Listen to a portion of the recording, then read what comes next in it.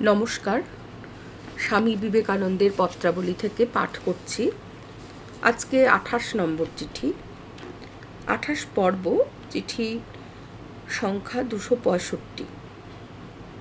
চিঠিটি স্বামীজি 17 ফেব্রুয়ারি 1896 সালের লেখা। লিখছেন প্রিয় আলাসিঙ্গাকে।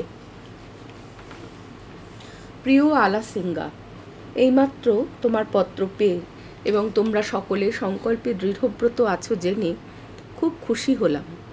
আমার চিঠিগুলিতে খুব কড়া কথা ব্যবহার করেছি, সেজন্য তুমি কিছু মনে করো না, কারণ তুমি জানোই তো মাঝে মাঝে আমার মেজাজ খারাপ হয়ে যায়। কাজটি ভয়ানক কঠিন, আর যতই তা বাড়ছে ততই কঠিনতর হয়ে দাঁড়াচ্ছে। আমার দীর্ঘ বিশ্রামের প্রয়োজন হয়ে পড়েছে, অথচ এখনই আমার সম্মুখে ইংল্যান্ডে বিস্তর কাজ পড়ে আছে। তোমার অত্যন্ত পরিশ্রম করতে হচ্ছে জেনে আমি বড়ই দুঃখিত হলাম।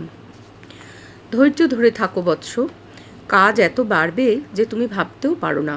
আমরা আশা করছি এখানে শীঘ্রই বহু সহস্র গ্রাহক সংগ্রহ করতে পারবো, আর আমি ইংল্যান্ডে গেলে সেখানেও অনেক পাবো। স্টাডি ব্রহ্মবাদিনের জন্য তোড়জোড় করছে, সবই সুন্দর, খুব সুন্দর চলছে। তুমি পত্রিকাখানিকে একটা কমিটির হাতে দেবার যে সংকল্প করেছো, আমি তা মোটেই অনুমোদন করি না। ওরকম কিছু করো না।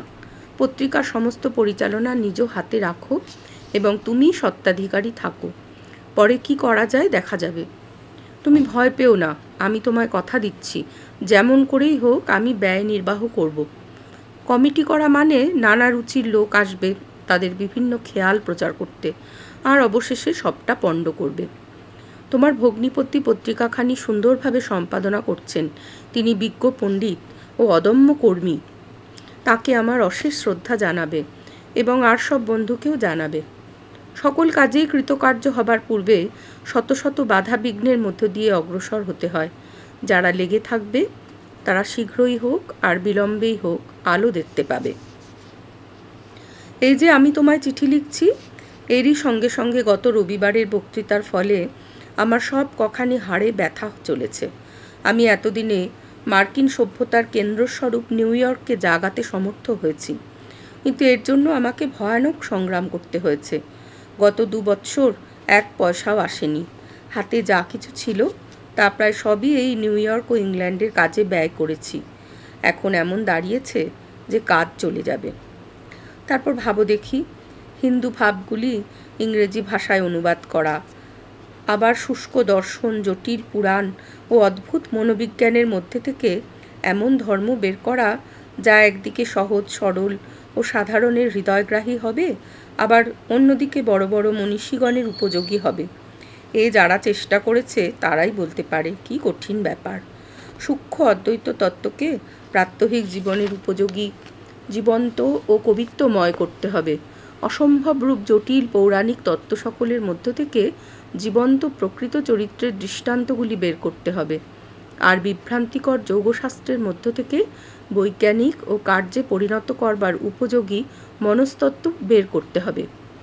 আবার এগুলিকে এমনভাবে প্রকাশ করতে হবে যাতে একটি শিশুও বুঝতে পারে। এই আমার জীবনব্রত।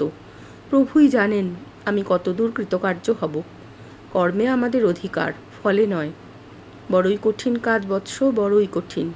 যতদিন না অপরোক্ষানুভূতি ও পূর্ণ ত্যাগের ভাব ধারণা করবার উপযুক্ত একদল শিষ্য তৈরি হচ্ছে, ততদিন এই কামকাঞ্চনের ঘূর্ণিপাকের মধ্যে আপনাকে স্থির রেখে নিজ আদর্শ ধরে থাকা প্রকৃতই কঠিন ব্যাপার।